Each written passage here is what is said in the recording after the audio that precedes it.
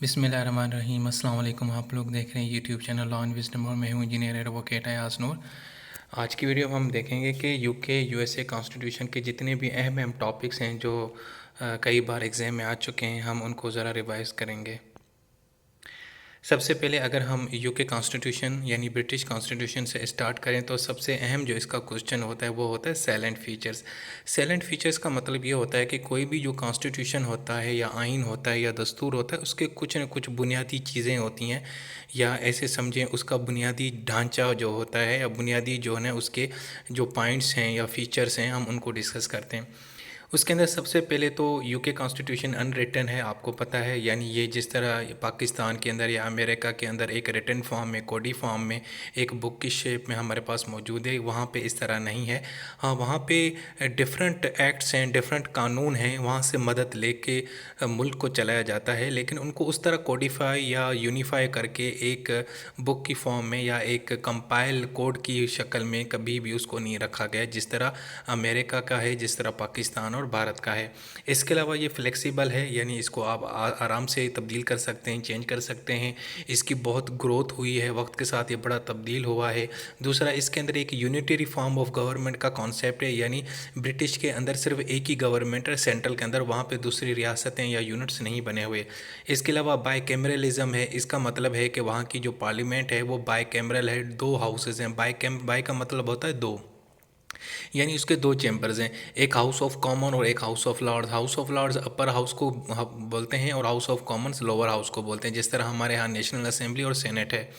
इसके अलावा जी supremacy of parliament, यानी यूके कॉन्स्टिट्यूशन की जो बुनियादी चीज़ है कि वहाँ की जो पार्लियामेंट है वो सबसे ज़्यादा सुप्रीम है। सुप्रीम से मुराद सबसे ज़्यादा पावरफुल है, कि वो कुछ भी कर सकती है। उसके लिए मशहूर कहावत है कि ब्रिटिश पार्लियामेंट सब कुछ काम कर सकती है लेकिन एक काम नहीं कर सकती, वो किसी मर्द को औरत के अंदर तब्दील नहीं कर सकती और औरत के अंदर मर्द को तब्दील नहीं कर सकती।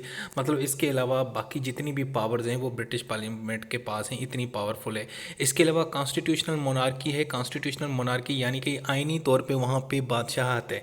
देखें ना, अभी आपने न्यूज़ सुनी होगी, जो क्वीन है वो अल्लाह को प्यारी हो गई है, तो अब वहाँ पे जो उसका बेटा है वो जनाब किंग बन चुका है। तो आप सोच रहे होंगे कि यार इतने जदीद ज़माने में, यानी कि सोशल मीडिया का ज़माना है, आर्टिफिशियल इंटेलिजेंस का ज़माना है, आज भी बादशाहत चल रही है यूके के अंदर, आज भी किंग है। तो इसका मतलब जवाब ये है कि भाई वो वहाँ उन्होंने एज ए सिम्बॉलिकली उसको लेके चलते हैं, क्योंकि जो यूके के लोग हैं वो अपने ट्रेडिशन से, अपने कल्चर से बहुत प्यार करते हैं, तो उन्होंने उसे सिम्बॉलिकली रखा है। लेकिन हम वैसे वहाँ पे जमहूरियत है, वहाँ पे पार्लियामेंट ही सारा मुल्क चलाती है। वहाँ पे जो किंग है या क्वीन है जो पहले थे साहब का, वो सिर्फ दिखाने के लिए थे, वो सिम्बॉलिकल थे, उसका कोई बाकी कोई ख़ास रोल नहीं था। इसके अलावा contrast in theory practice, theoretical बहुत सारी चीज़ें हैं लेकिन प्रैक्टिकल वहाँ पे डिफरेंट चीज़ें आपको नज़र आती हैं, क्योंकि ये रिटर्न में नहीं है, इस वजह से ये मामला पेश आता है। दूसरा, लिमिटेड सेपरेशन ऑफ पावर। वहाँ पे जनाब वहाँ की जो पार्लियामेंट है या जुडिशरी है या एग्जीक्यूटिव है, इनके बीच में कोई कंप्लीट किस्म की सेपरेशन नज़र नहीं आती, यानी कि एक ग्रे टाइप उनकी पावर्स हैं आपस में। वैसे ज़्यादातर पार्लियामेंट वहाँ पे पावरफुल है, अदलिया भी आज़ाद है, यानी कि जुडिशरी। और इसके अलावा जो एग्जीक्यूटिव है जिसके अंदर कैबिनेट और मिनिस्टर्स और ब्यूरोक्रेसी आती है, वो भी अपना रोल प्ले करते हैं। इसके अलावा जनाब जुडिशरी आज़ाद है, रूल ऑफ लॉ है, कानून की हुक्मरानी है। फंडामेंटल राइट्स का वहाँ पे जिक्र है। फंडामेंटल राइट्स को आपको पता है ना, जो इंसान के बुनियादी हकूक़ हैं, जैसे जीने का, बोलने का, एक्सप्रेशन का, मूवमेंट करने का, असेंबली करने का। इसके अलावा कन्वेंशंस, हाँ जी, वहाँ पे यूके कॉन्स्टिट्यूशन के अंदर कन्वेंशंस का बड़ा जिक्र है। ये कन्वेंशंस क्या है? ये बुनियादी तौर पे ऐसी पुरानी प्रैक्टिस या पुरानी किस्म की जो है ना एक्टिविटीज़ जो सदियों से आप कैरी करके आ रहे हैं और उनको लेके चल रहे होते हैं। यानी जिस तरह कहा जाता है ना कि हमारे यहाँ इस किस्म का रवाज है, हमारे यहाँ ये इस चीज़ का रवाज है, तो इस किस्म के पुराने जो कन्वेंशन हैं कि किस तरह पार्लियामेंट बनेगी, किस तरह कानून बनाया जाएगा, किस तरह प्रेसिडेंट प्राइम मिनिस्टर सेलेक्ट होगा, ये जो कन्वेंशंस के तहत होते हैं, ये पुराने एक कन्वेंशंस बने हुए हैं, उनको ये लेके चलते हैं। इसके अलावा टू पार्टी सिस्टम में जनाब कंजर्वेटिव, लिबरल, अनरियलिटी है। वहाँ पे वैसे मोनार्की है, थ्योरी के अंदर तो मोनार्की लिखा हुआ है कि यहाँ पे बादशाहत है, लेकिन रियलिटी में वो इतनी फंक्शनल नहीं है। मिक्स्ड कॉन्स्टिट्यूशन है, वहाँ पे मोनार्की का भी जिक्र है, साथ में एस्टोक्रेटिक और डेमोक्रेटिक राइट्स का, यानी सारी चीज़ें उसके अंदर मौजूद हैं। कंजर्वेटिवनेस है, या इसका मतलब ये है कि यूके की जो ये कॉन्स्टिट्यूशन है वो बड़ा कंजर्वेटिव, बड़ा लिमिटेड, वो ज़्यादा लिबरल नहीं है। लिबरल से मुराद है कि वो अभी भी अपने जो कल्चर है, अपनी जो वैल्यूज़ हैं, अपनी जो पुरानी जो तारीख है उससे बाहर ही नहीं निकले। कल भी अगर आपने टीवी लगा के देखा होगा तो उसमें बड़ा एक मशहूर जुमला है, जब वो किंग की जो है ना वो यानी हलफ लेता है बीइंग अ किंग, जो उसका बेटा है क्वीन का, तो वो कहते हैं कि गॉड सेव्स द किंग। ये एक बड़ा मशहूर जुमला है। आपने जितनी भी पुरानी मूवीज़ या जो है ना वेब सीरीज़ देखी हों, जैसे द लॉस्ट किंगडम के अंदर, इसके अलावा यूके के ऊपर जितनी भी मूवीज़ बनी हुई हैं अक्सर आपको ये जुमला सुनने को मिलता है। तो वो देखें, ये हालांकि 2 सदियों 1 सदी के बाद आपको ये सुनने को मिल रहा है कि तो वो उन्होंने अभी तक उसको कैरी किया है। इसके अलावा एस्टेब्लिशमेंट ऑफ लोकल गवर्नमेंट, वहाँ पे लोकल गवर्नमेंट भी एस्टेब्लिश्ड हैं जिस तरह यहाँ पाकिस्तान में होती हैं, इंडिया के अंदर होती हैं। इसके अलावा जो है ना दूसरा क्वेश्चन होगा sources of British constitution. Sources कहाँ कहाँ से बना हुआ है, कुछ हिस्टोरिकल हैं, कुछ एक्ट ऑफ पार्लियामेंट। हिस्टोरिकल यानी मैग्ना कार्टा, आपको पता है 1215 में जॉन किंग के साथ एक मायदा हुआ था और जॉन किंग को कुछ लोगों ने, जो बैरन्स थे, जो नवाबजादे थे, उन्होंने पाबंद किया था कि भाई आज के बाद आप कानून के तहत ही काम करेंगे। इसके अलावा पिटिशन ऑफ राइट, इसके अंदर भी किंग को जो है ना किंग को पावर, जो किंग के पास पावर थी कि वो अपनी मर्ज़ी का टैक्स लगाता था, वो पावर उसको ख़त्म कर दिया। ख़त्म तो नहीं कर दिया, उसको ये कहा कि अब जब तक पार्लियामेंट आपको इजाज़त नहीं तब तक आप किसी के ऊपर टैक्स नहीं लगाएंगे। बिल ऑफ राइट्स है जिसके अंदर ये था कि किंग और पार्लियामेंट के अंदर जो पावर्स हैं वो शिफ्ट की गई। एक्ट ऑफ सेटलमेंट, इसके अंदर जुडिशरी को थोड़ी आज़ादी दी गई। पहले किंग जो था ना अपनी मर्ज़ी से मनमानी करता था, लेकिन किंग की थोड़ी पावर उन्होंने ख़त्म कर दी। तो ये एक्चुअली इसके हिस्टोरिकल डॉक्यूमेंट्स हैं, इनको ये लेके सारा अपना मुल्क चलाते हैं। मैं समझाने की ये कोशिश कर रहा हूँ क्योंकि आपको पता है कि हमारा जो सोर्सेज हैं वो मुख्तलिफ जगह से मिला के हमने एक बुक के अंदर उसको नोट्स बना के रख लिया, लेकिन इन्होंने नोट्स नहीं बनाए, इन्होंने अलग अलग सब्जेक्ट रखे हुए। जब इनको यानी कि अदलिया के हवाले से, अदालत के हवाले से कोई मामला सेटल करना होता है तो एक्ट ऑफ सेटलमेंट खोल के बैठ जाते हैं। अगर उन्होंने कोई जनाब पावर, किंग और पार्लियामेंट की पावर्स के बारे में डिस्कस करना है या देखना है तो जनाब बिल ऑफ राइट उठा के देखते हैं। मतलब उन्होंने सेपरेट कानून बनाए हुए हैं, उन्हीं को ही यूज़ करते हैं। इसके अलावा जो एक्ट ऑफ पार्लियामेंट यानी वो कवानीन जो पार्लियामेंट ने खुद बनाए थे, वो जिसे हैबियस कॉर्पस, उसके अंदर ये है कि किसी को भी आप बगैर किसी वजह के जो है ना अपने पास कैद नहीं रख सकते। एक्ट ऑफ सेटलमेंट, इसके अंदर भी जो है ना अदालत की जिक्र है। इसके अलावा द रिफॉर्म्स एक्ट के अंदर जनाब लोगों को राइट दिया गया कि उन्होंने वोट देना है, वो अपने आप को रिप्रेजेंट कर सकते हैं, पार्लियामेंट में वो इलेक्शन कंटेस्ट कर सकते हैं। इसके अलावा पार्लियामेंट एक्ट 1911 और 1949 के अंदर हाउस ऑफ लॉर्ड्स को पावर्स दी गई। इसके अलावा कुछ और भी एक्ट हैं जिसके तहत पाकिस्तान और भारत का वजूद सामने आया। तो दो तो ये सोर्सेज हो गए, एक हिस्टोरिकल डॉक्यूमेंट मैंने आपको बता दिया और कुछ जो पार्लियामेंट के पास किए हुए कानून हैं वहाँ से भी जो है ना वो भी सोर्स है ब्रिटिश कॉन्स्टिट्यूशन का। इसके अलावा जनाब जुडिशल डिसीजन, अदालती फैसले भी वो वहाँ के हैं। इसके अलावा ब्रिटिश कॉमन लॉ, ये कॉमन लॉ जो था बड़ी सदियों से चल रहा है, जो अनकोडिफाई था, अदालतों के मामलात के तहत सारी यानी जजेस के कहने पे सारे मामला चलते थे, वो भी कॉमन लॉ भी इसका सोर्स है।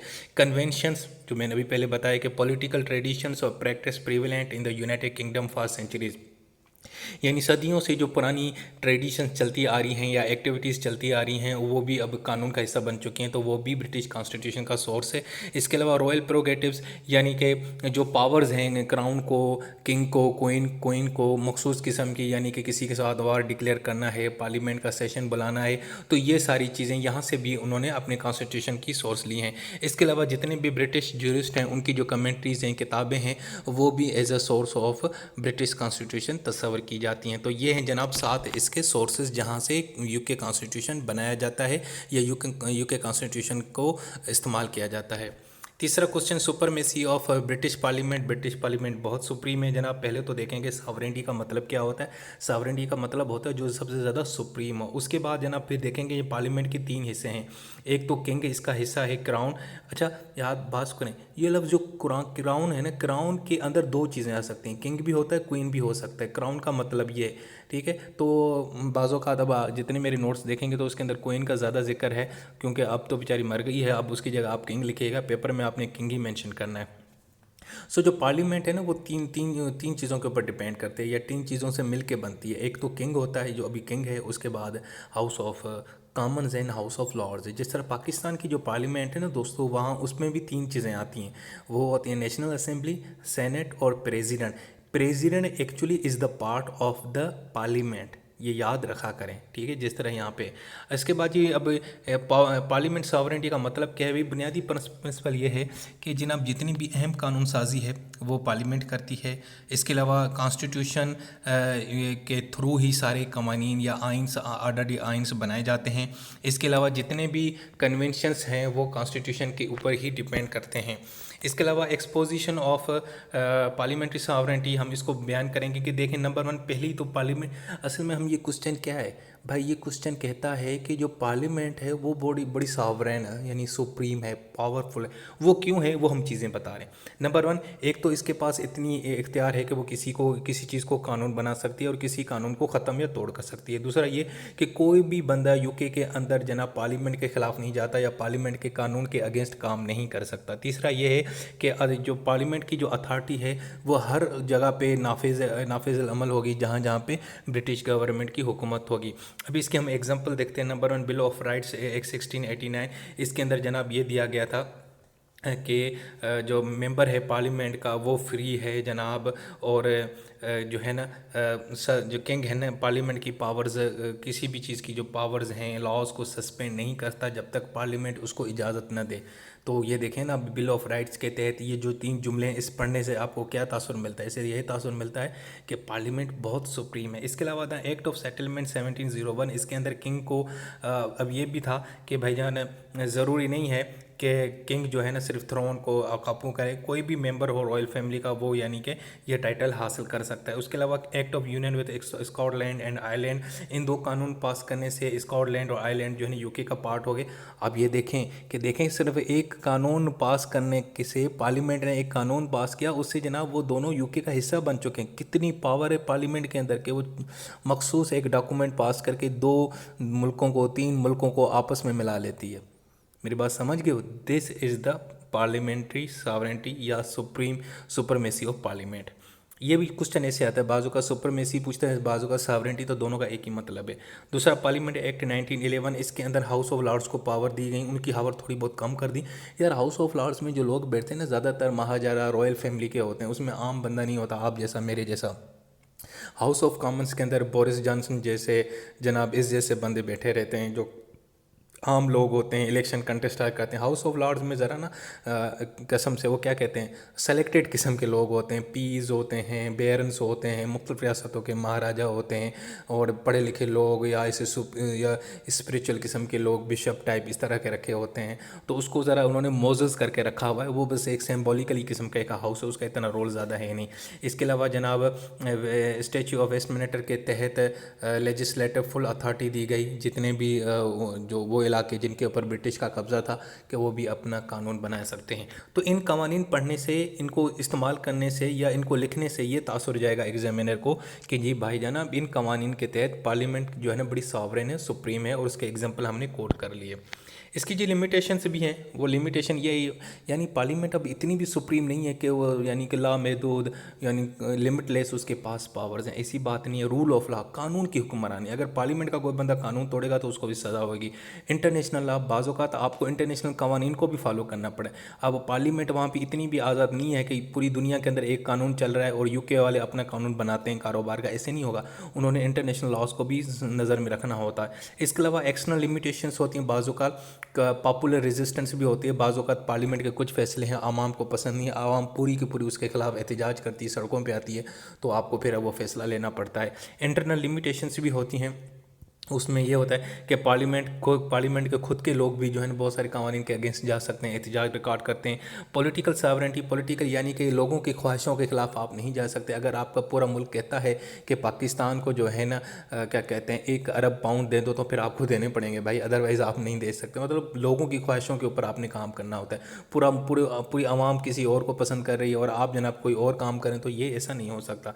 इसके अलावा प्रेस और पब्लिक ओपिनियन, मीडिया के अंदर लोग क्या कह रहे हैं और लोगों का क्या ख्याल है, इंटरनेशनल मीडिया क्या कहता है, ये इन चीज़ों को भी देख के ना आपने फैसले करने होते हैं। मतलब ये वो चीज़ें जिसकी वजह से जो सुपरमेसी है या जो सॉवरेंटी है पार्लियामेंट की, वो कम हो जाती है, लिमिट होती है। इसकी वजह से उसकी थोड़ी लिमिटेशंस होती है, अदरवाइज़ तो वो कुछ भी कर ले भाईजान, ठीक है।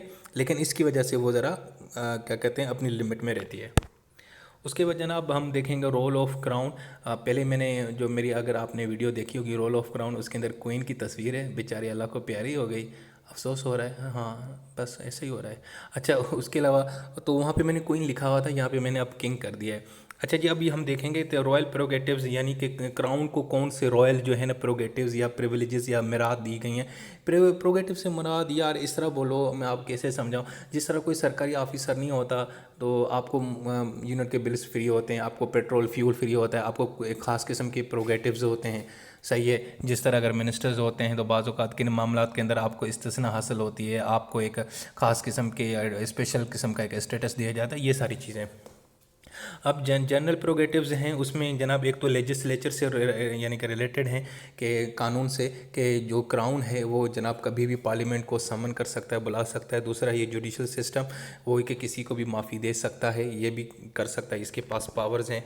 इसके अलावा फॉरेन अफेयर्स के जितने मामलात हैं वो देख सकते हैं, किसी को लगाना हो किसी ज़मीन के किसी जगह पे या किसी मुल्क के ऊपर या किसी रियासत के ऊपर कब्ज़ा करना हो, ये भी कर सकता है। वॉर भी की जा सकती है। हालांकि अब ये सारे मामला पार्लियामेंट देखती है, इसने पावर्स ख़त्म कर दिए, लेकिन फिर भी सिंबॉलिकल आप लिख सकते हैं। इसके अलावा पावर रिलेटेड आर्म फोर्सेस, जो क्वीन या क्राउन, या यहाँ पे क्वीन है आपने किंग लिखना है, वो कमांडर इन चीफ होता है पूरी की पूरी आर्म फोर्सेस का, उनको कंट्रोल और ऑर्गेनाइज करता है। जो भी अपॉइंटमेंट होती है वो इसके सिग्नेचर से होती है। हालांकि वो सारा मामला खुद ही इंटरनल फौज कर रही होती है, लेकिन जनाब रस्मी तौर पर वो साइन कर देती है। इसके अलावा अपॉइंटमेंट एंड ऑनर्स, अपॉइंटमेंट करनी हो मिनिस्टर की, जजेस की, वो इसके हाथ से होती है। इम्यूनिटीज़ और प्रिविलेजेस, कुछ इम्यूनिटीज़ भी दी गई हैं कि ये काम नहीं करना, वो नहीं करना। जिस तरह जो क्वीन मर चुकी है, आपको पता है इसको एक इम्यूनिटी हासिल थी कि वो पूरी दुनिया में बगैर किसी वीज़ा के वो ट्रैवल कर सकती थी। तो इस तरह के और भी इसको इम्यूनिटीज़ इस्तिस्ना हासिल थी, ख़ास प्रोटेक्शन दी गई थी। इसका पर्सनल प्रोग्रेटिव ये है कि वो प्राइम मिनिस्टर को अपॉइंट कर सकती है, पार्लियामेंट को बुला सकती है, कानून जो भी कानून बनता है उसकी फ़ाइनल जो उसके ऊपर सिग्नेचर करना है या उसको ओके करना है, वो जनाब ये यानी क्राउन कर सकता है। फॉरेन प्रोग्रेटिव्स हैं, वार किसी से लड़नी है, किसी से अमन करना है, किसी सफ़ीर एम्बेसडर को अपॉइंट करना है, किसी कहीं कहीं जाके अपने मुल्क को रिप्रेजेंट करना है, या किसी के साथ माहिदा करना है, ये सारे काम भी क्वीन या क्राउन करता है, यानी आज किंग करता है। इसके अलावा जनाब और क्वेश्चन है मिनिस्टर रिस्पॉन्सिबिलिटी, यानी जो मिनिस्टर्स होते हैं इनकी क्या रिस्पॉन्स। पहले तो देखते हैं कि मिनिस्टर होता क्या है। भाई देखें, होता यह है कि आप जब पार्लियामेंट में जाते हैं, आप एमएनए बन जाते हैं, तो फिर जो एमएनएज होते हैं वहाँ से ना कुछ लोगों को सेलेक्ट करके एक कैबिनेट बनाई जाती है, और वो कौन बनाते हैं, प्राइम मिनिस्टर बनाता है। वो कैबिनेट क्या होती है, अब वो कैबिनेट जनाब एग्जीक्यूटिव बन जाती है, और उनका काम होता है मुल्क को चलाना, मुख्तलिफ डिपार्टमेंट्स को। जिस तरह पाकिस्तान में अब एक कैबिनेट बनी हुई है, अब तो माशाल्लाह 50-60 बंदे उसके अंदर आ चुके हैं। तो ये कैबिनेट के लोग जो है मिनिस्टर्स हैं, ये मुख्तलिफ डिपार्टमेंट्स को रन करते हैं, उनको मॉनिटर करते हैं, जैसे रेलवे का हो गया, फॉरेन अफेयर्स का हो गया, फाइनेंस का हो गया, जैसे मिफ्ता भाई हैं हमारे, ये इस तरह। तो ये मिनिस्टर, अब इनकी क्या रिस्पॉन्सिबिलिटी है, अब हम ये देखेंगे यूके के अंदर। तो यूके के अंदर जनाब जो मिनिस्टर्स होते हैं वो कहाँ से आते हैं, हाउस ऑफ लॉर्ड से आते हैं या हाउस ऑफ कॉमन से आते हैं। जिस तरह यहाँ सेनेट से या नेशनल असेंबली से आते हैं, बिल्कुल वहाँ से भी इन दोनों हाउसेज से आ सकते हैं। इनकी रिस्पॉन्सिबिलिटी है, ये गवर्नमेंट के मुलाजिम होते हैं, मुख्तलिफ डिपार्टमेंट्स को रन करते हैं, ये मामला करते हैं। अब इनकी दो किस्म की रिस्पॉन्सिबिलिटी, एक है कलेक्टिव और दूसरा इंडिविजुअल, यानी कलेक्टिव रिस्पॉन्सिबिलिटी है और एक उनकी इनफरादी रिस्पॉन्सिबिलिटी है। सबसे पहले कलेक्टिव का मतलब ये है कि देखें जो मिनिस्टर्स होते हैं ना, वो एक्चुअली एक कैबिनेट का हिस्सा होते हैं। कैबिनेट मतलब एक ग्रुप ऑफ मिनिस्टर्स, यानी 20-25 मिनिस्टर्सों का एक ग्रुप बना होता है। आपको पता है ना, अक्सर आपने सुना है कि आज काबीना का इजलास है तो प्राइम मिनिस्टर ने सदारत की, तो प्राइम मिनिस्टर बैठ के जितने भी डिपार्टमेंट्स होते हैं, कैबिनेट मेंबर्स होते हैं, वो बैठ के अपने अपने डिपार्टमेंट के परफॉर्मेंस शेयर करते हैं। तो एक्चुअली ये ना एक टीम की तरह, जिससे पाकिस्तान क्रिकेट टीम है, हॉकी की टीम होती है, फुटबॉल की टीम होती है, इसी तरीके एक टीम की तरह काम करते हैं। तो कलेक्टिव रिस्पॉन्सिबिलिटी होती है जब आप टीम की तरह काम करते हैं। आप ये जहन में रखें, cabinet is a Pakistan cricket team, ठीक है। तो इसमें नंबर 1 एक तो कॉन्फिडेंशियली है कि यानी जितने भी आपने काम करने हैं वो आपने कॉन्फिडेंशियल रखना है, राजदारी रखनी है। कॉन्फिडेंस वोट, अगर आपने एक दूसरे को कोई वोट देना है या प्राइम मिनिस्टर को वोट देना है, या प्राइम मिनिस्टर पसंद नहीं आ रहा, उसका काम पसंद नहीं आ रहा, कोई लीडर सेलेक्ट करना, तो ये कॉन्फिडेंस का वोट आप दे सकते हैं, लेकिन किसी को बताएंगे नहीं कि मैंने किसको दिया किसको नहीं दिया, ये आपकी। तो ये कलेक्टिव रिस्पॉन्सिबिलिटी है आपकी। इसके अलावा बाइंडिंग डिसीजंस हैं, जब कोई कानून बन रहा होता है हो तो उसके बाद वो बन जाता है, अप्रूव हो जाता है, उसके बाद फिर आप कहेंगे नहीं जी हमें अब ये कब कबूल है, ऐसे नहीं है। आप जो है ना एक कैबिनेट एक टीम का हिस्सा हैं, तो अब आपकी टीम ने एक चीज़ का फैसला कर लिया सो कर लिया। मिसाल के तौर पे ये जिस तरह हमारी क्रिकेट टीम है, तो जनाब टॉस खा के पाकिस्तान ने टॉस जीत के ने बैटिंग का फैसला किया। उसके बाद जनाब जब बैटिंग करना शुरू कर दी तो एक 5-6 प्लेयर आगे ग्राउंड में कहते हैं नहीं नहीं जी हमने तो बॉलिंग करनी है, ये हमारे कैप्टन ने ऐसे क्यों किया। तो भाई ऐसे नहीं होगा, अब आपको बाउंड है। हाँ, उससे पहले अगर आपने डिस्कशन करना तो कर सकते थे, अब आप नहीं कर सकते, अब जो हो चुका सो हो चुका। इसके अलावा कुछ एक्सेप्शंस हैं। एक्सेप्शन से मुराद हैं कि जहाँ पे कलेक्टिव रिस्पॉन्सिबिलिटी नहीं होती, इंडिविजुअल होती, यानी रेफरेंडम का आपको पता है ना कि अक्सर पार्लियामेंट के अंदर रेफरेंडम होता है, इलेक्शन किया जाता है, लोगों से राय ली होती जाती है कि इस फैसले के ऊपर आप क्या कहते हो, तो वहाँ पे आप अपनी इंडिविजुअल रिस्पॉन्सिबिलिटी शो कर सकते हैं।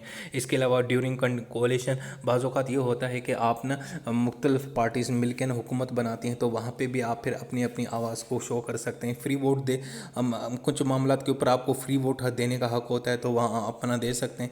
आपसे कोई नहीं पूछेगा, आपकी टीम नहीं पूछेगी आपने किसको वोट दिया। इसके अलावा इंडिविजुअल मिनिस्टर रिस्पॉन्सिबिलिटी होती है, हर एक मिनिस्टर की इंडिविजुअल होती है। मिसाल के तौर पे अगर मैं रेलवे का मिनिस्टर हूँ तो मैं फिर अपनी रिस्पॉन्सिबिलिटी भी है कि मैंने रेलवे का काम करना है, रेलवे के मुलाजमीन की ख्याल रखना है, ट्रेनों की जो मरम्मत है उनकी मेंटेनेंस देखनी है, उस डिपार्टमेंट को रन करना है, उसका रेवेन्यू कितना जनरेट होता है, उसके एक्सपेंडिचर्स क्या हैं। इसके अलावा जितने भी जो पैसेंजर्स हैं उनको हमने सहूलियात देनी है, उनको सारे मामला, यानी मैंने अपने सारे तो ये this is my individual responsibility. इसी तरीके से जो फाइनेंस मिनिस्टर होंगे वो फाइनेंस के मामला देखेंगे, इसीलिए डिफेंस मिनिस्टर डिफेंस मिनिस्ट्री को देखेंगे। तो आपकी इंडिविजुअल रिस्पॉन्सिबिलिटी होती है। अब इसमें जनाब डिफरेंस भी आ सकता है। इंडिविजुअल क्या है कि वो पर्सनल और डिपार्टमेंटल डिसीजन का रिस्पॉन्सिबल है। इसके अलावा responsible by abiding the ministerial code, यानी कि आपको एक कोड दिया गया है कि बीइंग अ मिनिस्टर आपने ज़्यादा किसी से फ्री नहीं होना, बीइंग अ मिनिस्टर आपने प्रॉपर्टी खरीद नहीं करनी, बीइंग अ मिनिस्टर आपने कोई कारोबार नहीं करना। तो ये भी आपकी रिस्पॉन्सिबिलिटी है। Response for making sure department, और कोशिश करना है। अच्छा, और जितने भी ये डिपार्टमेंट होते हैं ना दोस्तों, ये जो हुकूमत के अंदर होते हैं जैसे रेलवे, फाइनेंस, डिफेंस, कॉमर्स यानी इंडस्ट्रियल, ये आपस में इंटरकनेक्टेड भी होते हैं। तो आपने फिर ख्याल रखना होता है कि यार मैंने सब डिपार्टमेंट को लेके चलना है। ये नहीं है कि आप अपनी मर्ज़ी करो लेकिन उनको एतमाद में, क्योंकि इंटरकनेक्टेड हैं। अगर आपको अब रेलवे, अगर आपने ट्रेन लगानी है, कोई नई ट्रेन चलानी है, तो भाई उसके लिए आपको पैसे कौन देगा? मिनिस्ट्री ऑफ फाइनेंस देगी ना। तो आपने फिर उस डिपार्टमेंट के साथ बना के चलना है। अब जो कलेक्टिव रिस्पॉन्सिबिलिटी है कि नॉट रिस्पॉन्सिबली, वो रिस्पॉन्स में भाई टीम का फैसला था और उसमें मैं सिर्फ एक खिलाड़ी को कहूँ कि हाँ भाई बताओ तुम मैच क्यों हारे, तो आप उसको नहीं कहेंगे ना इस तरह। ये कलेक्टिव रिस्पॉन्सिबिलिटी नहीं, यानी कि रिस्पॉन्सिबल नहीं है। Responsibility to keep cabinet meeting, जो कैबिनेट की मीटिंग्स हैं, जो डिस्प्यूट्स हैं, वो जनाब आपने सीक्रेट रखने हैं। Must vote for watt ever is agreed इन। दूसरा, कैबिनेट मीटिंग में एक दफ़ा अगर किसी चीज़ के ऊपर फैसला हो जाए तो आप अपना वोट दे सकते हैं। उससे पहले अगर आपको इतराज़ है तो आप वर्बल कर सकते हैं, लेकिन अदरवाइज़ आपको वोट ज़रूर देना पड़ता है, क्योंकि you are the part of the cabinet, you are the part of a team. इसके अलावा जनाब रूल ऑफ लॉ, बड़ा अहम क्वेश्चन। रूल ऑफ लॉ बड़ा सिंपल है यार, मैं क्या बताऊं। Supreme in nature, nobody is above the law, कोई कानून से ऊपर नहीं है। उसके अलावा डाइसी का एक ये प्रिंसिपल है, 3 है कि भाई एब्सोल्यूट सुपरमेसी, सबसे ऊपर जो पावरफुल चीज़ है वो कानून है। उसके बाद कानून के सामने सब बराबर हैं, इक्वलिटी है। प्रीडोमिनेंसी ऑफ लीगल स्पिरिट, यानी कानून की जो है ना वो डोमिनेंसी होगी। कानून का जो स्पिरिट है या कोई भी कायदा कानून होगा उसका वो डोमिनेंसी होगी। उसको फिर मज़ीद उसकी 3 मीनिंग्स हैं। इक्वलिटी बिफोर लॉ, यानी कानून के सामने सब बराबर हैं, कोई बड़ा हो कोई छोटा हो, चाहे कि टीचर हो चाहे स्टूडेंट हो, सब बराबर हैं। रूल ऑफ लॉ हमेशा रूल ऑफ लॉ रहेगी। और दूसरा ये है कि कॉन्स्टिट्यूशनल लॉ जो होता है ना वो आम कवानीन से बनता है। तो आम कवानीन जितने भी बन रहे होते हैं कॉन्स्टिट्यूशन को नज़र में रख के बनाए जाते हैं। इसके अलावा अब इसके जो बेसिक फीचर्स हैं, एक तो भाई कि जो कानून है ना किसी में फ़र्क नहीं रखता, चाहे वो गोरा हो या काला हो। दूसरा, कानून किसी कौम के अंदर या किसी नेशनलिटी के अंदर फ़र्क नहीं रखता, कानून सबके लिए बराबर है। ये अलग बात है कि हमारे यहाँ टॉपी ड्रामा चल रहा होता है कि कोई पॉपुलर लीडर है, कोई फलां लीडर है, उसके लिए अलग कानून, ऐसा कुछ नहीं होता, ठीक है। There no none is punished without proper trial. Proper trial, बगैर किसी को सुने आप किसी को सज़ा नहीं दे सकते, ठीक है। It is the against the rule of natural justice. इसके अलावा सेम कोड कानून के तहत सबको आपने डील करना। ये नहीं कि किसी और के लिए दूसरा कानून है, जब उसकी बात हो तो कोई और कानून बना लें और कहें कि नहीं जी ये तो इसकी बड़ी फ़ैन फॉलोइंग है, ये तो पॉपुलर लीडर है, इसको सज़ा देंगे तो दंगे फसाद हो जाएंगे, ऐसा कुछ नहीं है। आपने हमेशा कानून के तहत काम करना है। Rule of does not give इसको। दूसरा ये कि कानून जो है ना वो रूल ऑफ लॉ किसी को कंप्लीट पावर्स नहीं देता, उसके लिए सब बराबर है, सब एक जैसे हैं। इसके अलावा दूसरा क्वेश्चन मैग्ना कार्टा का आता है। भाई मैग्ना कार्टा आपको पता है द ग्रेटर चार्टर के नाम से ये एक माहिदा हुआ था, जिसके अंदर का जो किंग जॉन था 1215 में, उसको पाबंद किया गया कि भाई साहब आप कानून के सामने बराबर हैं, अब आप मनमानी नहीं करेंगे। एक्चुअली हुआ ये था कि जो किंग जॉन था ना, वो भाई साहब जो थे ना अपनी मर्जी करते थे, जब दिल चाहता था किसी मुल्क के साथ जंग लड़ना शुरू किए, जब दिल चाहे लोगों से टैक्स लेना शुरू किया। जो मुख्तलिफ रियासतों को जो नवाबजादे थे ना, उन्होंने डंडा उठाया और जनाब उसके घर पहुँच गया और कहा कि भाईजान बंदे का पुत्र बन के इस डॉक्यूमेंट पे साइन करो, आज के बाद जो भी काम करना है हमारे हमसे पूछ के या हमें बता के और कानून के तहत। यानी ये पहला चार्टर है या पहला डॉक्यूमेंट है जिसके अंदर जो किंग जॉन है, जो किंग था, बादशाह था, वो बेचारा कानून के सामने झुक गया, उसने सरेंडर किया। ये इसकी अहमियत है। इसके बुनियादी features rule of law, habeas corpus, ठीक है, किसी को आप बगैर सज़ा नहीं दे सकते, किसी को रख नहीं सकते, यानी कि बगैर बताए इस तरह नहीं कर सकते, कैद नहीं कर सकते, किसी की आज़ादी के ऊपर आप कदगन नहीं लगा सकते, उसकी आज़ादी ख़त्म नहीं कर सकते अगर आपके पास रीज़न है। अगर वो बदमाशी कराए, शोर शराबा कराए, क्लास में आप बच्चा पढ़ा रहे हो, बच्चा शोर कराए, तो फिर कान से पकड़ के उसको निकाल दो। अदरवाइज़ अगर वो खामोश है, इंसान बन के काम कर रहा है, तो बस रहने दो, ठीक है। इसके अलावा जनाब चौथा, legal rights could not be change without consent of people. लोगों की रजामंदी के बगैर कोई भी कानून तब्दील नहीं करना, क्योंकि पहले किंग साहब जो थे ना, किंग जॉन जो होते, वो अपनी मर्जी करते थे, सुबह को उठते थे कोई और कानून, शाम को कोई और कानून। तो अब जो नवाबजादे थे उन्होंने जनाब उसको पाबंद किया कि भाईजान हम बगैर अपनी आवाम से पूछे तो नहीं कोई कानून तब्दील नहीं करना, लोगों की राय, लोगों की जो मेजॉरिटी कहेंगे वही करना है। उसके अलावा हाउस ऑफ कॉमन जनाब ये लोअर हाउस है, इसके अंदर आम लोग आते हैं, इनका भी क्वेश्चन आ सकता है। इसकी क्वालिफिकेशन यार बड़ा सिंपल है। एक तो वो ब्रिटिश का सिटीज़न होना चाहिए, 21 साल उसकी कम से कम एज होनी चाहिए, और ठीक है उसका नाम इलेक्टोरल लिस्ट के अंदर होने चाहिए। मेथड ऑफ इलेक्शन ये है कि जिस तरह हमारे यहाँ वोट होता है इसी तरीके से हर वो एक हल्के से वो वोट कास्ट कर सकता है। इसका जो टेन्योर है जनाब वो 5 साल है। अब इसकी जो प्रिविलेजेस हैं, प्रिविलेजेस से मुराद इसको जो ख़ास किस्म की जो मरात दी गई हैं, ख़ास किस्म को इसको जो इज़्ज़त दी गई है कि उसको फ्रीडम ऑफ स्पीच है, वो कुछ भी बोल सकता है असेंबली में, राइट टू रेगुलेट है, अपने पार्लियामेंट के मामला को रेगुलेट कर सकता है, हुकूमत से पूछ सकता है, फ्रीडम ऑफ अरेस्ट है, यानी उसको आप अरेस्ट नहीं कर सकते अगर वो मेंबर ऑफ असेंबली है। अगर अरेस्ट करते भी हैं तो फिर आपको स्पीकर से इजाज़त लेनी पड़ेगी, उसको बताना पड़ेगा, सॉरी। इसके अलावा functions and powers of house of Commons, house of Commons के क्या पावर्स हैं? लेजिस्लेटिव यानी कानून बनाना है, कॉन्स्टिट्यूशनल फंक्शंस कॉन्स्टिट्यूशन के तहत जो भी मामला हैं वो उन्होंने करना है, कोई भी कानून बनाना है, ये सारा कुछ करना है। फाइनेंशियल फंक्शंस क्या हैं? यानी कि मनी बिल यानी बजट बनाना है, बजट को अप्रूव करना है, लोगों के ऊपर जो टैक्स लगाना है कि नहीं लगाना है, ये सारे मामला इन्होंने करने हैं। किसने? हाउस ऑफ कॉमन ने। कंट्रोल एग्जीक्यूटिव, एग्जीक्यूटिव मत से मुराद प्राइम मिनिस्टर और कैबिनेट, उसके ऊपर नज़र रखनी है कि वो मुल्क सही तरह चला रहे हैं, यानी जो हम कानून बनाते हैं उसके ऊपर सही अमल करते हैं। इसके अलावा जुडिशल फंक्शंस हैं हाउस ऑफ कॉमन्स। बाज़ औक़ात जो है ना किंग को कुछ चीज़ें रिकमेंड करते हैं कि सर इसको अपॉइंट करें, इसको ना करें। बाज़ औक़ात किसी जज के ख़िलाफ़ कोई आपने जो है ना केस लगाना है या उसके ख़िलाफ़ शिकायतें हैं कि वो करप्ट है, तो वो भी आपने जनाब किंग को रिकमेंड करेंगे। तो ये सारे मामला। इसके अलावा इलेक्टोरल फंक्शंस हैं, वो स्पीकर और डिप्टी स्पीकर का जो इलेक्शन है वो भी हाउस ऑफ कॉमन के लोग सेलेक्ट करते हैं। हाउस ऑफ लॉर्ड्स जनाब उसके बाद है ये अपर हाउस है, इसका भी इसके अंदर खास तौर पे इसके नंबर फिक्स नहीं है, ये वेरी होते हैं, लेकिन अभी 785 हैं। अभी ज़रा गूगल करके कंफर्म कर लीजिएगा कि इसके वक्त कितने हाउस ऑफ लॉर्ड्स के अंदर मेंबर्स हैं। ये पीयर्स हैं, पीयर से मुराद के ये कोई आम बंदा नहीं है, आप मेरे जैसा जो इलेक्शन लड़के आते हैं, ये अपॉइंट किए जाते हैं किंग और क्वीन के तरफ से, ठीक है। और ज़्यादातर ये रॉयल फैमिलीज़ के लोग हैं, नवाबजादे हैं, स्पेशल स्टेटस वाले लोग हैं, मेरी बात समझ रहे हो ना, महाराजा हैं, कोई बिशप्स हैं, कोई रूहानी पेशवा है, फ़लाँ फ़लाँ इस तरह के लोग हैं। मज़ीद अगर डिटेल चाहिए ना इन टॉपिक्स की तो मेरी अलग से वीडियोस बनी है, वो अच्छे से देख लेना, सारा कुछ समझ आ जाएगा। लेकिन अभी हम रिवाइज कर रहे हैं तो इसमें कमी पेशी हो सकती है मेरे बोलने में, मेरे समझाने में, और मेरे ये जो छोटे मोटे जो भी नोट्स बनाए इसके अंदर, तो प्लीज़ इसको इग्नोर करना, ज़्यादा सीरियस मत लेना। जितना फ़ायदा हो रहा है उतना इस्तेमाल करो, अगर कमी पेशी हो रही है तो इग्नोर मारो और आगे बढ़ो। ओके अच्छा जी। अब प्रिविलेजेस हैं हाउस ऑफ लॉर्ड्स के, इसके अंदर ये है कि वो क्राउन को एक्सेस कर सकते हैं, फ्रीडम ऑफ स्पीच है, अपना ओपिनियन पब्लिश करवा सकते हैं, उनको आप अरेस्ट नहीं कर सकते। इसके अलावा जनाब वो छोटे मोटे काम उनसे कोई नहीं करवा सकता, उनको एग्जम्पशन हासिल है। वो अच्छा किसी को नवाबजादा बनाना है या किसी को हाउस ऑफ लॉर्ड्स का मेंबर बनाना है, वो ये डिसाइड कर सकते हैं।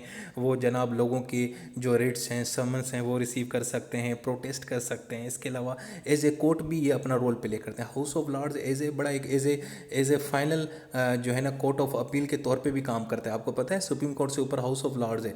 लेकिन अब आपको मैं एक और मज़े की बात बताऊं कि भाईजान अब ये पावर इसके पास ख़त्म हो चुकी है। 2010 में या 2009 में गालिबन इसकी ये पावर ख़त्म करके सुप्रीम कोर्ट को दे दी। यानी अब आपके पास वहाँ पे जो फाइनल अपील है ना वो कौन है जनाब, वहाँ पे हाउस ऑफ लॉर्ड्स नहीं है बल्कि हाउस ऑफ सुप्रीम कोर्ट है।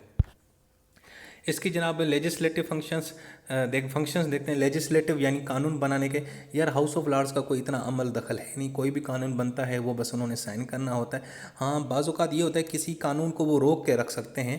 मतलब एक मनी बिल है, money bill house of Commons यानी बजट वो बनाते हैं। ये बड़ा अहम कानून होता है बजट बनाना, जिसको हम बजट डॉक्यूमेंट भी बोलते हैं, मनी बिल भी बोलते हैं, फाइनेंशियल बिल भी बोलते हैं। तो ये जो ना हाउस ऑफ कॉमन्स वाले बनाते हैं कि क्योंकि उस बजट के तहत पूरा मुल्क चलता है यार। उस मुल्क को कैसे चलाना है एक साल के लिए, उतने जो उसके सारे जो टैक्स कितने लगाने, क्योंकि ये सारा आपका मुल्क की जो तरक्की है उसके ऊपर डिपेंड करती है। तो हाउस ऑफ लॉर्ड्स वाले उस बजट को ज़्यादा तब्दील भी नहीं कर सकते। हाँ उसको कुछ दिनों के लिए रोक सकते हैं, अदरवाइज़ उसके बाद एक खास पीरियड के बाद फिर वापस वो हाउस ऑफ कॉमन जाएगा, फिर वो कानून बन जाएगा। तो इनके पास बड़ी लिमिटेड पावर है।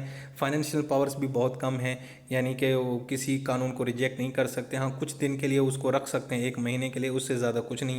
एग्जीक्यूटिव पावर्स भी बहुत कम है। कैबिनेट मिनिस्टर को बुला के थोड़ा बहुत पूछ सकते हैं, लेकिन किसी के खिलाफ कोई कार्रवाई नहीं कर सकते। मेरी बात समझ गए हो? बस ये यानी कि इनका वो जो है ना कंट्रोल भी कम है। तो इनकी पावर्स जो है ना ये सिंबॉलिकल, मैंने आपको पहले बताई है थोड़ी बहुत पावर्स हैं, ये भी बस ऐसे ही ना दिखाने के लिए, ये आई वाश है, ज़्यादा इनके पास पावर्स नहीं होती।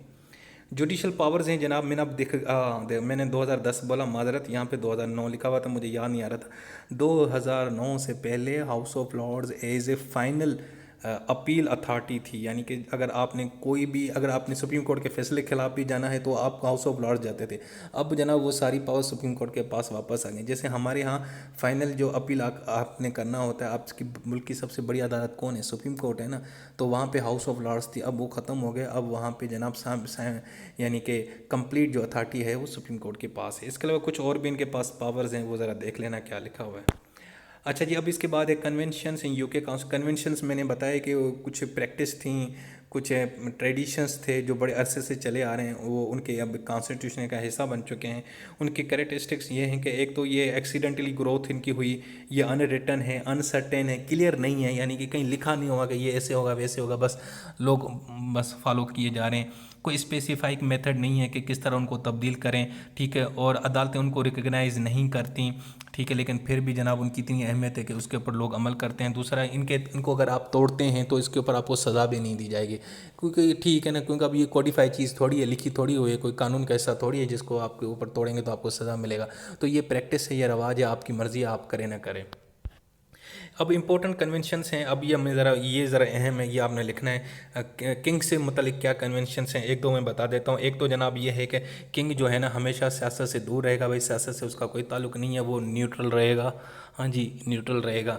दूसरा ये है कि वो एग्जीक्यूटिव हेड तो होगा लेकिन उसके पास पावर्स नहीं होगी। वो जनाब ना कैबिनेट की मीटिंग का हिस्सा बनेगा और ना ही कैबिनेट की मीटिंग के अंदर कोई हिस्सा डालेगा या बताएगा कि इस तरह उस तरह करो। मुल्क चलाना वो प्राइम मिनिस्टर उसकी कैबिनेट का काम है, ये बस बैठा रहेगा। तो बाकी ये लीडर अपॉइंट कर सकता है लेकिन ज़्यादा उनको इंस्ट्रक्शन नहीं दे सकता, वो उनको एडवाइस दे सकते हैं।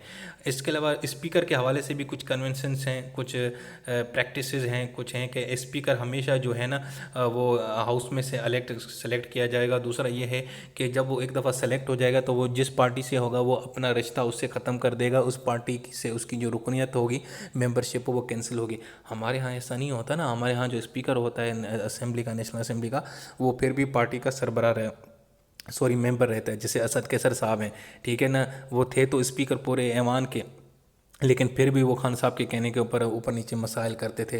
वोट ऑफ नो कॉन्फिडेंस के अंदर उसने कितनी रुकावट डाली, और या कासिम सूरी ने किस तरह रुकावट डाली, तो ये किया ना। लेकिन वहाँ पे यूके में ऐसे नहीं होता, ये कन्वेंशन है कि उसने न्यूट्रल रहना है।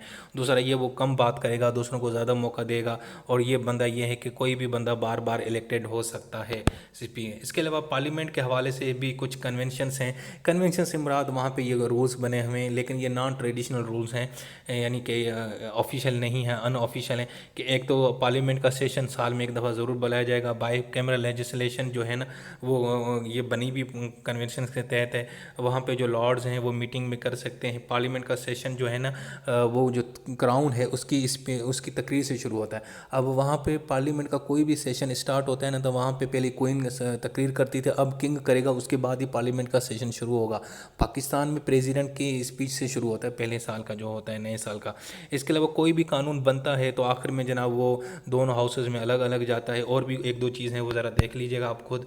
इसके अलावा कैबिनेट के भी हैं कि लीडर ऑफ द कैबिनेट होगा वो प्राइम मिनिस्टर होगा। ऑल मेंबर कैबिनेट जो है ना वो पार्लियामेंट के भी मेंबर होने चाहिए। ऐसे नहीं है कि आपने आउटसाइड से ले लिए, जो बंदे पार्लियामेंट में आए वही कैबिनेट के मेंबर होंगे। इसके अलावा जनाब वो कॉन्फिडेंस रहेगा, उनकी कलेक्टिव रिस्पॉन्सिबिलिटी होगी, पार्लियामेंट के सामने जवाबदेह होंगे। जो भी मामला करेंगे पार्लियामेंट में जाएंगे और पार्लियामेंट को बताएंगे कि जी हमने ये किया है, हमने ऐसे काम किया, हम ऐसे मुल्क चला रहे हैं इस तरह। तो ये सारी चीज़ें इनके अंदर हैं, ये कन्वेंशंस हैं। इसके अलावा कॉमनवेल्थ ऑफ नेशंस और डोमिनियन ये भी ज़रा हैं, ये देख लीजिएगा, ये इतना को मुश्किल से नहीं है, एक आप नज़र मार लें इनको। अब जनाब हम देखते हैं यूएसए कॉन्स्टिट्यूशन। अच्छा जी, यूएसए कॉन्स्टिट्यूशन अमेरिका का कॉन्स्टिट्यूशन अब ये बिल्कुल उलट है यूके कॉन्स्टिट्यूशन का। सबसे पहले तो भाई ये रिटन है, लिखा हुआ है, 7 आर्टिकल्स हैं। इसके अंदर पॉपुलर सॉवरेंटी का कॉन्सेप्ट है। वहाँ पे पार्लियामेंट सॉवरेंटी थी, यहाँ पे पॉपुलर से मुराद यानी कि लोग जो है ना, अवाम जो है ना, ये पॉलिटिकल यानी जो लोग कहेंगे हमने वो करना है, यानी लोगों को उन्होंने सुप्रीम रखा है। वहाँ पे पार्लियामेंट को सुप्रीम रखा हुआ है। ये भी बाई कैमरा लेजिस्लेचर है, हाउस ऑफ रिप्रेजेंटेटिव और सेनेट है, दो हाउसेज हैं जिस तरह हाउस ऑफ कॉमन और हाउस ऑफ लॉर्ड। यहाँ सेपरेशन ऑफ पावर का बड़ा ज़बरदस्त कॉन्सेप्ट है कि कांग्रेस यानी जो वहाँ की पार्लियामेंट है उसको कांग्रेस बोलते हैं, और वहाँ का जो एग्जीक्यूटिव है जो वो वहाँ पे प्रेसिडेंट होता है, यहाँ पे प्राइम मिनिस्टर होता है, और दूसरा वहाँ पे जो जुडिशरी इनके बीच में ना पावर सेपरेट की गई हैं। चेक एंड बैलेंस का कॉन्सेप्ट भी मौजूद है कि ये एक दूसरे के ऊपर नज़र रख रहे होते हैं। फेडरल सिस्टम है, फेडरल से मुराद कि सेंटर में एक गवर्नमेंट होगी और सूबों में अलग अलग और रियासतों में, और आपको पता है यूएसए के अंदर 50 रियासतें हैं। इसके अलावा जनाब प्रेसिडेंशियल सिस्टम होगा, यानी प्रेसिडेंट होगा सारा मामला, वहाँ पे प्राइम मिनिस्टर की कोई पोस्ट नहीं होती। इसके अलावा रिपब्लिकनिज्म है, यानी कि लोगों के कहने के ऊपर ही सारे मामला चलेंगे। बिल ऑफ राइट्स है जनाब, जिसके अंदर लोगों को हकूक दिए गए हैं, जिसको फंडामेंटल राइट्स बोलते हैं, एक्चुअली इसका नाम बिल ऑफ राइट्स इन्होंने रखा हुआ है। वहाँ पे ड्यूल सिटीजनशिप होगी, यानी एक तो आपकी रियासत की मेंबर वो सिटीजनशिप होगी और एक आपके पूरे मुल्क की होगी।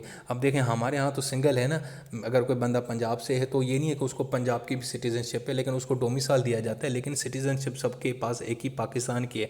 यूएसए के अंदर ऐसा नहीं है। यूएसए के अंदर अगर आप कैलिफोर्निया में रहते हैं तो कैलिफोर्निया की भी आपको अलग से सिटीजनशिप दी जाएगी और पूरे यूएसए की अलग से दी जाएगी।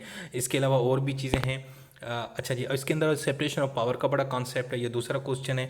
लेजिस्लेटिव ब्रांच अपना कानून बनाती है, एग्जीक्यूटिव ब्रांच वहाँ पे कानून यानी इन्फोर्स कराती है, और जुडिशल ब्रांच जो है ना इंटरप्रेट करती है। अब वहाँ पे जनाब लेजिस्लेटिव ब्रांच कौन सी है, उसका नाम है कांग्रेस। और कांग्रेस के अंदर क्या क्या आता है भाईजान, हाउस ऑफ रिप्रेजेंटेटिव और सेनेट। और वहाँ पे एग्जीक्यूटिव ब्रांच कौन है जनाब, वहाँ पे है प्रेसिडेंट साहब, उसको वो एग्जीक्यूटिव के हेड हैं। और जुडिशल में वहाँ पे सुप्रीम कोर्ट या अदालतें आ चुकी हैं। अब इसका मकसद क्या है सेपरेशन का? पहले तो ये है कि भाई इससे जो है ना किसी के पास मुकम्मल पावर नहीं रहती। जब आप पावर डिवाइड करते हैं ना तो सबके पास थोड़ी थोड़ी पावर होती है, उससे ये होता है कि किसी एक के पास ज़्यादा पावर नहीं होती। दूसरा ये है कि इससे जो है ना मिसयूज़ ऑफ पावर ख़त्म होता है, प्रिवेंट कर सकते हैं। इसके अलावा दूसरा इससे तीसरा जो इसका फ़ायदा है या पर्पज़ है, एक दूसरे के ऊपर नज़र रख सकते हैं। मेरे पास थोड़ी सी पावर है, थोड़ी आपके पावर है, थोड़ी उसके पावर, तो ये एक दूसरे के ऊपर नज़र रख रहे होते हैं। इसके अलावा जनाब सेपरेशन ऑफ पावर एक बैलेंस क्रिएट करती है, उसमें सारे इदारे जो है ना एक पेज पे होते हैं, बैलेंस होता है, मुतवाज़न सिस्टम होता है। इसके अलावा इससे ये जितने भी हैं ना ब्रांचेस वो अपना अपना काम करती हैं, यानी जुडिशरी हुकूमत के काम के अंदर अमल दखल नहीं देती, और हुकूमत जो है ना कांग्रेस यानी पार्लियामेंट के काम के अंदर अमल दखल नहीं देती, अपना अपना काम करते हैं। हमारे यहाँ तो इसके उलट ही चल रहा है, समझ गए ना? हाँ समझ गए। अच्छा जी, अभी इसके अलावा से एक थ्योरी है सेपरेशन के, वो हम देखेंगे। एम्प्लाइड जो डॉक्ट्राइन है, आर्टिकल 1, आर्टिकल 2 और आर्टिकल 3, इनके अंदर ये सारा कुछ उन्होंने बताया हुआ है कि कांग्रेस का काम जो है कानून बनाना है, प्रेसिडेंट का काम जो है ना कानून के ऊपर अमल कराना है, जुडिशरी और सुप्रीम कोर्ट का काम है उसकी इंटरप्रिटेशन करना और उसके तहत फैसले देना। अच्छा जी, ये जो डॉक्ट्राइन है ये प्रैक्टिस में भी है। अमेरिकन एग्जीक्यूटिव जो चीफ एग्जीक्यूटिव हैं, प्रेसिडेंट हैं, वो कोई कानून तो नहीं बना सकते, लेकिन हाँ वो जनाब कानून के ऊपर अमल करा सकते हैं। वो इंडिपेंडेंट हैं लेजिस्लेशन के। इसके अलावा जजेस भी अपनी आज़ाद हैं, यानी हर एक ब्रांच का अपना अपना काम है। तो इस हवाले से इन्होंने चेक एंड बैलेंस का एक कॉन्सेप्ट भी मुतारिफ कराया गया है, वो ये है। अब ये चेक एंड बैलेंस का काम किस तरह करता है मैं आपको अगली स्लाइड में बताऊँगा। यहाँ पे वैसे ये 3 जुमले लिखे हुए हैं जो कलरफुल हैं, इनको आप देख लेंगे, आप समझ जाएंगे। चलिए मैं फिर यहीं बता देता हूँ। सबसे पहले जो प्रेसिडेंट के पास है ना, कि प्रेसिडेंट क्या कर सकता है कि कांग्रेस के काम के अंदर इंटरफेयर नहीं कर सकता, लेकिन अपनी वीटो पावर के तहत उसे किसी भी कानून को वो वापस कर सकता है। यानी इसका मतलब ये है कि कांग्रेस के ऊपर इसने नज़र रखी हुई है और जजेस को ये अपॉइंट कर सकता है। इसका मतलब ये है कि जनाब वो सुप्रीम कोर्ट के ऊपर भी नज़र रख सकता है। इसीलिए इसी तरीके से कांग्रेस के पास भी पावर है कि जनाब वो जो है ना कोई भी कानून बना के अदालतों को महदूद कर सकती है और पाबंद कर सकती है, क्योंकि कानून बनाना कांग्रेस का काम है, पार्लियामेंट का काम है। तो उसके तहत ही अदालतें काम करेंगे। और इसी तरीके से वो जनाब प्रेसिडेंट के ऊपर भी नज़र रखते हैं, उसको बुला सकते हैं। इसी तरीके से जो जुडिशरी है उसके पास भी पावर है, वो जुडिशल रिव्यू का एक उनके पास एक हथियार है, जिसके तहत वो जो है ना कांग्रेस को बुला सकते हैं कि हाँ भाई जो आपने ये कानून बनाया ये अनकॉन्स्टिट्यूशनल क्यों बनाना है। अगर उन्होंने कोई आइन के खिलाफ कोई कानून बनाते हैं तो उसके ऊपर नज़र रख सकती हैं। इसके अलावा प्रेसिडेंट की पावर्स को भी चेक कर सकते हैं। प्रेसिडेंट अगर कोई ऐसा काम करता है, हुक्म देता है जो अनकॉन्स्टिट्यूशनल है, तो जुडिशरी उसको बुला के उसके कान मरोड़ सकती है। तो चेक एंड बैलेंस का भी अलग से क्वेश्चन भी आता है, तो ये जनाब देखें इसमें सारा आपको क्लियर हो जाएगा। यहाँ शुरू करते हैं कांग्रेस से। अब कांग्रेस क्या करती है, सबसे पहले तो कन्फर्म जुडिशल अपॉइंटमेंट यानी सुप्रीम कोर्ट के ऊपर नज़र रखती है। और सुप्रीम कोर्ट उसके ऊपर नज़र क्या रखता है कि उसकी लेजिस्लेशन के ऊपर नज़र रखता है कि ये इन्होंने कोई जो कानून बनाए कोई अनकॉन्स्टिट्यूशन नहीं है। इसी के तरीके से सुप्रीम कोर्ट जो है ना वो प्रेसिडेंट का जो एग्जीक्यूटिव काम है, एक्शन है, उसके ऊपर नज़र रखता है। लेकिन प्रेसिडेंट के पास भी पावर है कि वो जजेस को अपॉइंट करता है। यानी देख रहे हैं किस तरह आपस में बैलेंस किया हुआ है। इसी तरीके से जो प्रेसिडेंट है ना वो वीटो कानून के जरिए कांग्रेस के किसी भी कानून को वीटो कर सकता है, नल एंड वाइड कर सकता है। लेकिन कांग्रेस जनाब जितने भी फंड्स हैं, कानून है, बजट है, ये सारा अप्रूव कौन करता है, कांग्रेस करता है। और बजट के बगैर प्रेसिडेंट साहब क्या कर सकते हैं, कुछ भी नहीं कर सकते बेचारे। इसके अलावा जनाब जुडिशल रिव्यू का बड़ा इंटरेस्टिंग कॉन्सेप्ट है। जुडिशल रिव्यू का मतलब ये है कि वहाँ पे अदालत के पास ऐसी ज़बरदस्त पावर है जिसके तहत वो अगर वहाँ की कांग्रेस कोई भी ऐसा काम करती है जो अनकॉन्स्टिट्यूशनल है या कोई ऐसा कानून बनाती है जो आइन के ख़िलाफ़ है, तो उसको ये नल एंड वाइड कर सकती है, उसको जनाब यानी कि फाड़ के बाहर फेंक सकती है। इसका मेन ऑब्जेक्टिव ये है कि भाई टू डिक्लेयर द अनलॉ कॉन्स्टिट्यूशनल। अगर कोई कानून है यानी अगेंस्ट है तो उसको वो आइन के ख़िलाफ़ है तो अनकॉन्स्टिट्यूशन डिक्लेयर करेगी, ठीक है। जो सही कानून है उसको ये डिफेंड करेगी। इसके अलावा सुपरमेसिव कॉन्स्टिट्यूशन को प्रोटेक्ट करेगी। और कांग्रेस के जो लेजिस्लेटिव काम है उसके ऊपर नज़र रखेगी, कोई वो ऐसा काम न करें। इसीलिए प्रेसिडेंट क्या करेगा, ये सारे मामले यानी जुडिशरी ने ये नज़र रखनी है कि कोई भी मुल्क के अंदर काम कर रहा है, चाहे वो कांग्रेस हो चाहे वो प्रेसिडेंट हो, वो आइन के तहत हो। अब इसका जो ओरिजिन है ये कैसे होता है, इसके अंदर ये एक केस लॉ होता है, बड़ा मशहूर है, ये आपने ज़रा समझना है। ये है मरबरी और मेडिसन 1803। इसके अंदर हुआ ये था कि जनाब एक प्रेसिडेंट था एडम साहब, उनका आखिरी दिन था। जब वो आखिरी दिन जा रहे थे ना, यानी कि उनका टेन्योर ख़त्म हो गया, तो उसने जनाब जाते जाते ना एक बंदे को अपॉइंट किया। उस बंदे का नाम था मरबरी, और उसको जनाब अपॉइंट तो कर दिया डिस्ट्रिक्ट ऑफ कोलंबिया के अंदर justice of peace. Justice of peace से मुराद वहाँ पे एक मखसूस किस्म की पोस्ट होती है जज की। तो उसको अपॉइंट तो कर दिया, लेकिन बेचारे की ने ज्वाइनिंग नहीं हो सकी। मतलब रात को अपॉइंट किया लेकिन अभी उसकी ज्वाइनिंग नहीं हुई। तो दूसरे दिन दूसरा प्रेसिडेंट आ गया और उसने अपने सेक्रेटरी को कहा कि जनाब इसकी जो अपॉइंटमेंट है ना वो यानी कि जो उसने ज्वाइनिंग देनी है उसकी ज्वाइनिंग रोक लो।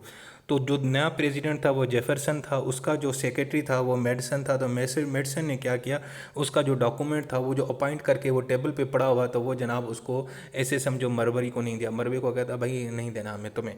तो मरबरी साहब अदालत चले जाते हैं रिट ऑफ मैंडामस के तहत, यानी वो अदालत को जाके कहते हैं कि अदालत आप जाके इनको हुक्म दें कि वो जो है ना ये मेरा जो लेटर है ना ज्वाइनिंग लेटर मुझे इशू करें ताकि मैं अपनी पोस्ट के ऊपर काम करूं। तो अदालत को ये किस कानून के तहत ये कहता है पता है आपको, वो कौन सा कानून, वो था जुडिशरी एक्ट ऑफ 1798। अब यहाँ पे इंटरेस्टिंग गेम है। उसने ये किया कि भाई जुडिशरी एक्ट ऑफ 1798 के तहत एक पावर है अदालत के पास कि वो जनाब रिट ऑफ मैंडेमस, इसका मतलब है कि किसी भी हुकूमत के काम को वो रोक सकती है या उसको पाबंद कर सकती है कि भाई ये काम करो। तो वो कहता है ये तुम हुक्म उनको जारी करो। अब ये कौन बोलता है? मरबरी बोलता है। और किसके लिए बोलता है? मेडिसन के लिए बोलता है। जो सेक्रेटरी था जिसने उसका खत रोका हुआ था, वो चाह रहा था अदालत उसको हुक्म दे, तड़ी लगाए कि चलो जी, बंदे का जो है ना, इंसान का बंदा बन के ये इसका जो है ना ज्वाइनिंग लेटर है वो इशू करो। तो होता क्या है आगे? आगे ये होता है सुप्रीम कोर्ट जनाब, उसके अंदर जज हैं जॉन मार्शल, वो जनाब आखिर में कहते हैं कि जनाब मरबरी जो है ना, उसका हक तो बनता है कि उसको लेटर मिलना चाहिए यार, उसकी अपॉइंटमेंट हो चुकी है, उसका लेटर जारी करो। जारी क्यों नहीं करे? हो चुका है, वो साइन करके बेचारा चला गया था पुराना वाला प्रेसिडेंट। लेकिन साथ में एक इंटरेस्टिंग बात करता है, वो कहता है कि यार एक्चुअली जो मरबरी हमें कह रहा था ना कि तुम जुडिशरी एक्ट ऑफ 1789 के तहत इनको तड़ी लगाओ, फैसला करो, तो कहता है यार वो जो जुडिशल एक्ट 1789 के तहत जो ये फैसला दिया गया है ना, ये कानून बनाया गया है, वो कानूनी गलत है। यानी उन्होंने हमें अदालत को कहा है कि तुम ये काम कर सकते हो, हालांकि जो आइन का कॉन्स्टिट्यूशन 3 है उसके अंदर ये ऐसा नहीं है। उसके अंदर अदालत का कोई काम नहीं है एग्जीक्यूटिव के अंदर इंटरफेयर करने का। तो हम कैसे करें? मेरी बात समझ के। और इस तरह फिर जनाब उन्होंने आगे चल के जुडिशल एक्ट ऑफ 1789 को ख़त्म कर दिया। यानी अदालत ने, वैसे बड़ा इंटरेस्टिंग है, वैसे देखा जाए तो वो एक्चुअली मरबरी साहब अदालत को पूरी पावर दे रहा था। तो अदालत को जो एक स्पेशल पावर दी गई थी एक ख़ास कानून के तहत, लेकिन वो उसके अपने ही आइन के ख़िलाफ़ था। तो अदालत ने गुगली खेल कर जनाब अपनी पावर्स को इस्तेमाल करे, जो कांग्रेस ने एक कानून बनाया था जुडिशरी एक्ट असेंबली, उसको ख़त्म करवा दिया और उसको नल एंड वाइड करवा दिया। This is called judicial review. इसके आर्गूमेंट ये थे कि कॉन्स्टिट्यूशन सुप्रीम लॉ है, जितने भी कानून पास होने चाहिए वो कांग्रेस से होना चाहिए और वो आइन के खिलाफ ना हो। और duty of court to declare any illegal law void, और ये ड्यूटी का कानून और ये ड्यूटी है अदालत की कि कोई भी कानून अगर आइन के खिलाफ है तो उसको नल एंड वाइड डिक्लेयर करे। ये इसका स्कोप है जनाब। इससे ये कॉन्स्टिट्यूशन बना अप्लाई फेडरल स्टेट्स लेवल में, इससे ट्रीटी मेरिट्स हुई और इससे जनाब इसको मज़ीद आप कहीं पे भी अप्लाई कर सकते हैं। इसका ये हुआ कि पूरे मुल्क के अंदर, अमेरिका के अंदर, रियासतों के अंदर कोई भी कानून बनेंगे, जैसे भी बनेंगे, वो जनाब जुडिशल रिव्यू के अंदर कंट्रोल में रहेंगे। उसके बाद ये प्रेसिडेंट इन यूएसए कॉन्स्टिट्यूशन, इसकी क्वालिफिकेशन 35 साल यूएसए का सिटीज़न होना चाहिए, 4 साल का इसका टेन्योर होता है। इसकी पावर जनाब देखें, एग्जीक्यूटिव पावर, चीफ एडमिनिस्ट्रेटर है, सारे मामलात यही देखता है, लोगों को, चीज़ों को मैनेज करना, रूल एंड लॉ सब कुछ। अपॉइंटमेंट कर सकता है, किसी को हटाना हो जैसे जजेस को हटा सकता है ये, ठीक है। इसके अलावा जनाब डिप्लोमेटिक पावर्स भी हैं, किसी मुल्क के साथ क्या काम करना ये कर सकता है, लेकिन कुछ खास मखसूस सूरतों में उसको बाज़ औक़ात जो है 2/3 में सेनेट से वोट भी लेना पड़ते हैं और उसके बगैर वो नहीं कर सकता। लेकिन फॉरेन रिलेशन सारी ये मैनेज कर सकता है। जैसे आजकल जो प्रेसिडेंट जो बाइडन है ना, उन्होंने ताइवान को अच्छे खासे पैसे दिए हमें, उनको वेपन्स दे रहे हैं, जिसके ऊपर चाइना नाराज़ है, क्योंकि चाइना और ताइवान का आपस में इशू चलता है। चाइना कहता है कि यार ये यूएसए वाले ना ताइवान वालों को इसलिए ये वेपन्स दे रहे हैं ताकि जो है ना वो हमारे खिलाफ मज़ीद जो है ना वो खड़े हो जाएं और हमारी लड़ाई शुरू हो, और ये मतलब उनकी सपोर्ट कर रहा है। इसके अलावा डिफेंस के अंदर रोल है, ठीक है, ये मिलिट्री अपॉइंटमेंट्स वगैरह सारा कुछ। अब लेकिन ये किसी के मुल्क के साथ जंग लड़नी है नहीं लड़नी, ये एक्चुअली पावर जो है ना ये तो है कांग्रेस के पास। लेकिन प्रेसिडेंट साहब जनाब फिल्म चला सकते हैं कि ऐसी सिचुएशन हो गई है, बहुत ज़रूरी है, ये है। मुझे आज भी याद है वॉर ऑफ अपना अफ़गानिस्तान के ख़िलाफ़ जब वार शुरू हुई थी, और इसके अलावा बाद में जारी की गई थी, तो बुश और जिस तरह ओबामा ने कांग्रेस से ये कानून पास करवाए थे, वो भी बड़ी हिस्ट्री का एक अहम रोल है कि किस तरह उन्होंने उसको कन्विंस किया कांग्रेस को कि जी जंग लड़नी है, हमें इराक़ पे हमने हमला करना है, हमने इसके ऊपर हमला करना है, ये ज़रूरी है, ये है। तो वैसे तो कांग्रेस की उनको इजाज़त देती जो उनकी पार्लियामेंट है, लेकिन प्रेसिडेंट साहब ने कुछ ऐसी इन्वायरमेंट बना सकते हैं कि कांग्रेस वाले मजबूर हो जाते हैं। इसके अलावा लेजिस्लेटिव पावर्स हैं, कानून, हाँ कानून तो वैसे कांग्रेस बनाती है, लेकिन जनाब ये मुख्तलिफ़ किस्म के मैसेजेस उनको देते हैं मुख्तलिफ़ औकात में कि जी इस चीज़ के ऊपर मुझे कानून की ज़रूरत है, मैं ये काम करता हूँ क्योंकि कानून के, मैं एडमिनिस्ट्रेटर का मामला हूँ तो मुझे कानून चाहिए फ़लाँ चीज़ को चलाने के लिए, ये सारा कुछ कर सकते हैं। इसके अलावा जो कांग्रेस के सेशन है वो बुला सकते हैं, उनके पास वीटो की पावर है, किसी भी कानून को वीटो कर सकते हैं। इसके अलावा जनाब एग्जीक्यूटिव आर्डर्स जो डिक्रीज़ जिसको बोलते हैं वो ये दे सकते हैं। और इसके अलावा फाइनेंशियल पावर्स भी हैं, बजट वगैरह ये बनाते हैं लेकिन अप्रूव कांग्रेस करती है। जुडिशल पावर्स भी हैं, जजेस वगैरह को अपॉइंट करना ये सारा कुछ, लेकिन किसी को माफ़ी देनी हो ये भी दे सकते हैं। लेकिन जजेस की जो अपॉइंटमेंट है उसमें भी फिर इनको जो है ना वो सेनेट की अप्रूवल लेना पड़ता है। इसके अलावा जनाब बिल ऑफ राइट्स का कॉन्सेप्ट है। बिल ऑफ राइट इसका मतलब है, ये actually is equal to fundamental rights.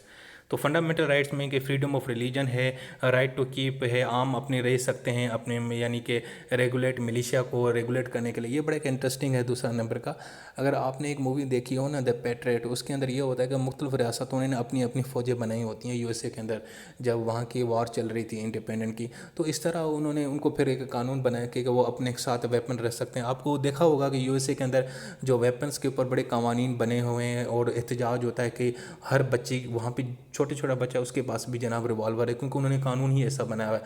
तो अब ये कहते हैं इस चीज़ को ख़त्म हो जाना चाहिए। इसके अलावा freedom from a reasonable stature, right to due process, right of accused person, right of trial, freedom from excess bail, cruel and unusual punishment, other rights of people, power reserved to the states, ये सारे bill of rights के अंदर आते हैं। इसके अलावा जनाब उसके बाद सेनेट है। सेनेट इसका अपर हाउस है। सेनेट बहुत पावरफुल है भाई। यूएसए में house of representative lower house से ज़्यादा पावरफुल सेनेट में है, यानी अपर हाउस। जबकि यूके के अंदर सबसे ज़्यादा जो पावरफुल है वहाँ का जो लोअर हाउस है, यानी हाउस ऑफ कॉमन है, हाउस ऑफ लॉर्ड्स नहीं है ये। लेकिन यहाँ पे उलट है, यहाँ पे सेनेट यानी अपर हाउस बड़ा स्ट्रॉन्ग है। अब सेनेट की कंपोजिशन ये है कि इसमें 100 सेनेटर्स होते हैं, 50 रियासतें हैं, तो हर एक रियासत से 2-2 सेनेटर्स होते हैं। बाकी क्वालिफिकेशंस खुद ही देख लेना यार, बहुत आसान है। इसका जो इलेक्शन होता है, पहले तो ये होता था कि मुख्तलिफ रियासतें जो है ना उनकी असेंबलियाँ उसको सेलेक्ट करती थी, लेकिन अब जनाब ये ना पॉपुलर वोट के यानी डायरेक्ट सेलेक्ट होते हैं। इनका जो टेन्योर है वो 6 साल का होता है और ये परमानेंट बॉडी होती है, ये कभी भी ख़त्म नहीं होती। इसकी जो प्रिविलेजेस हैं सेनेटर्स हैं उनको आप इम्पीचमेंट के यानी के ज़रिए भी ख़त्म यानी कि वो उनको रिमूव नहीं कर सकते, इनको अरेस्ट नहीं कर सकते। इनको अनरिस्ट्रिक्टेड फ्रीडम ऑफ स्पीच है, वो कुछ भी बोल सकते हैं, कभी भी बात कर सकते हैं, कि कोई भी मामला उठा सकते हैं। इसके अलावा इनके पास जो पावर्स हैं लेजिस्लेटिव हैं, कानून बनाते हैं, ठीक है। वैसे मनी बिल तो हाउस ऑफ रिप्रेजेंटेटिव बनाते हैं, लेकिन उसको में तब्दील करना ये कर सकते हैं, इनके पास पावर है। हाउस ऑफ लॉर्ड्स वालों के पास तो तब्दील करने का हक भी नहीं था यूके के अंदर, लेकिन सेनेट के अंदर मनी बिल जो है ना उसको तब्दील कर सकते हैं। हालांकि यहाँ पे भी जो ओरिजिनेट होगा वो house of representative lower house में ओरिजिनेट होगा, लेकिन ये इसको तब्दील कर सकते हैं आगे चलकर। एग्जीक्यूटिव पावर्स हैं, प्रेसिडेंट को ये एडवाइस दे सकते हैं, हाई अपॉइंटमेंट है वो इनके अप्रूवल से होती हैं, इंटरनल एडमिनिस्ट्रेशन करते हैं, इन्वेस्टिगेशन कर सकते हैं प्रेसिडेंट के खिलाफ कि प्रेसिडेंट क्या कर रहा है क्या नहीं कर रहा है, ये सारा कुछ। इसके अलावा इलेक्ट्रोल पावर हैं, वाइस प्रेसिडेंट को इलेक्शन, जुडिशल है, कोर्ट जजेस की इम्पीचमेंट कर सकते हैं, उनका जो है ना एहतसाब कर सकते हैं, अपॉइंटमेंट उनकी कर सकते हैं। इसके अलावा तो ये कहा जाता है कि senate the powerful second chamber of the world, बिल्कुल सही है। इनको डायरेक्ट एग्जीक्यूटिव पावर्स हैं, मेंबरशिप इनकी बहुत कम होती है, यानी 100 बंदे हैं, लेकिन अच्छी खासी इनके पास तगड़ी पावर्स हैं और लॉन्ग टेन्योर 6 साल का बड़ा अरसा होता है, उनके पास बड़ी पावर्स हैं।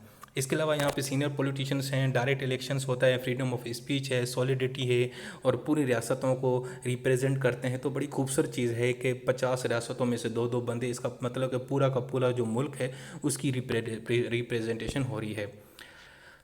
सो दोस्तों ये थी वीडियो आपकी, और आपका पेपर है तो भाई जितना हो सका मैंने आपको रिवाइज करा दिया एक वीडियो के अंदर नॉन स्टॉप। मैं एडिटिंग नहीं कर रहा होता, आपने अक्सर देखा होता है मेरी जितनी भी वीडियोस होती हैं नॉन स्टॉप होती हैं। सो चलें जी, अल्लाह पाक आपको कामयाब करे। जितना मेरे से हो रहा है मैं कोशिश कर रहा हूँ, मेरी अपनी मसरूफियत भी है, जॉब वाला बंदा हूँ, उसको यानी कि बहुत सारे मामलात होते हैं, लेकिन जितनी होती है कोशिश करता हूँ यार। सो नाराज़ मत हुआ करें, अपना ख्याल रखें दोस्तों, और इंशाल्लाह ताला फिर किसी वीडियो के साथ मैं आपके साथ हाज़िर होऊंगा।